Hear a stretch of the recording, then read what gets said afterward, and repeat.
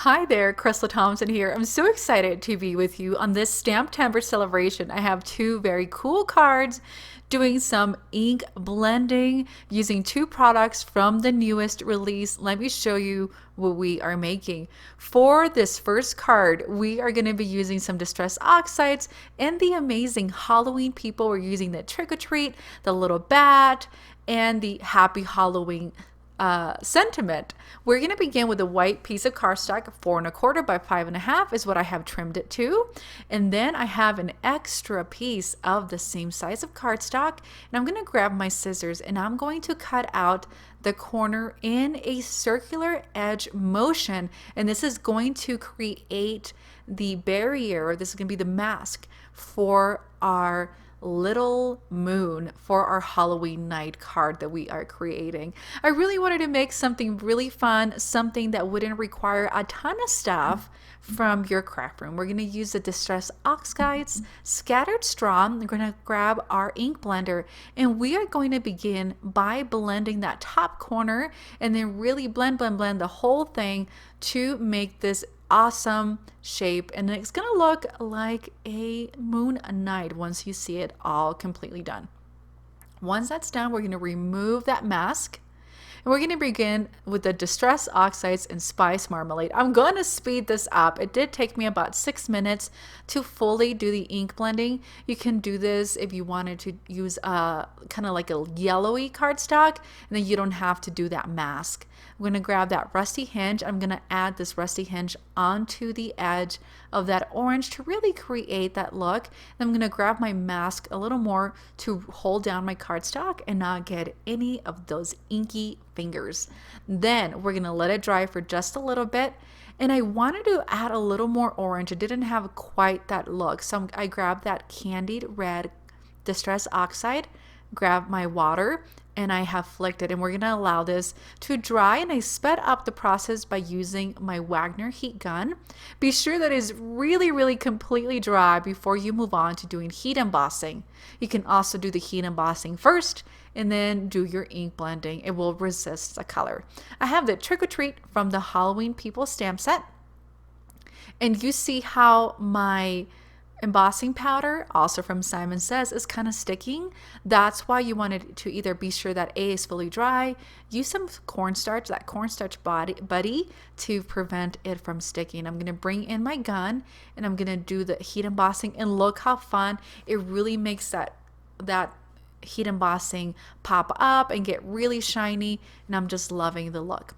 All right, we're going to bring in the bats, also from the same stamp set of the Halloween People, and we're going to be using heat embossing, and we're going to be using some stamping.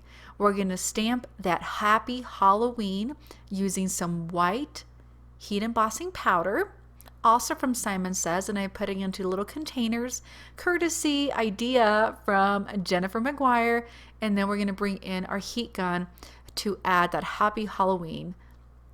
I thought this was really kind of fun. I'm really loving the look of this card that we've created, only using really white cardstock and some ink blending. We're going to grab the Intense Black ink from Simon, of course, and that super cute bat. And so we're going to be doing the little bat in the black, and he's not going to be as crisp and as bright as if I would have heat embossed him. So what we're going to do is we're going to heat emboss just one, so it's not too overpowering and too busy on the card, and you're still getting that fun Halloween night kind of look.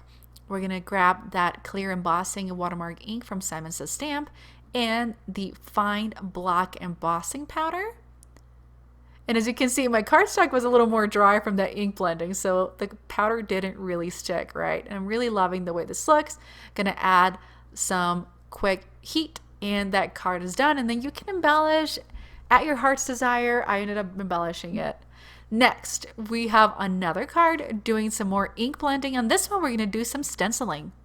For this card, you are also going to need the Halloween People, but we are adding the Just Baddies stencil, and starting off with an orange piece of cardstock. We're going to secure our cardstock down to our surface. This is not a required step if you don't want it to.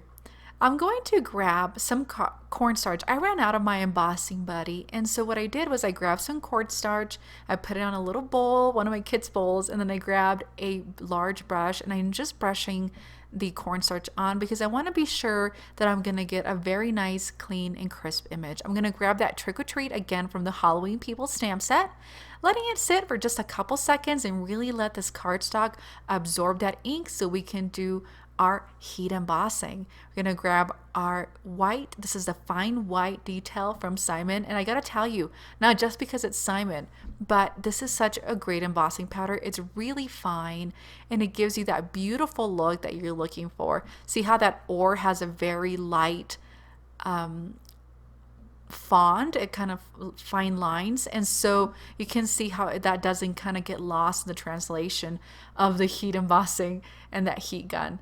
So we're going to let that cool for just a little bit. I'm going to bring in my Distress Oxide again and the Just Batty stencil, and we are going to secure the stencil to our cardstock. Again, it's not required if you don't want it to, and you can totally put your tape on the back of the card and attach it to your stencil. So I'm going to be using that black Distress Oxide. I'm going to bring in the Twisted Violet to add those fun purple colors, and look how fun it looks. Super batty. I am loving it, but I want to make it look like a Halloween night, so I'm going to bring back that black Soot Distress Oxide, coming around it, following all around, and then I'm going to grab some more of that pink, and you will see that it just makes it look really fun and really clean. And guys, that does it for me. I hope you've enjoyed these 2 cards created with 2 of the brand new Stamptember releases from Simon Says Stamps, using ink blending and cardstock and a little bit of heat embossing.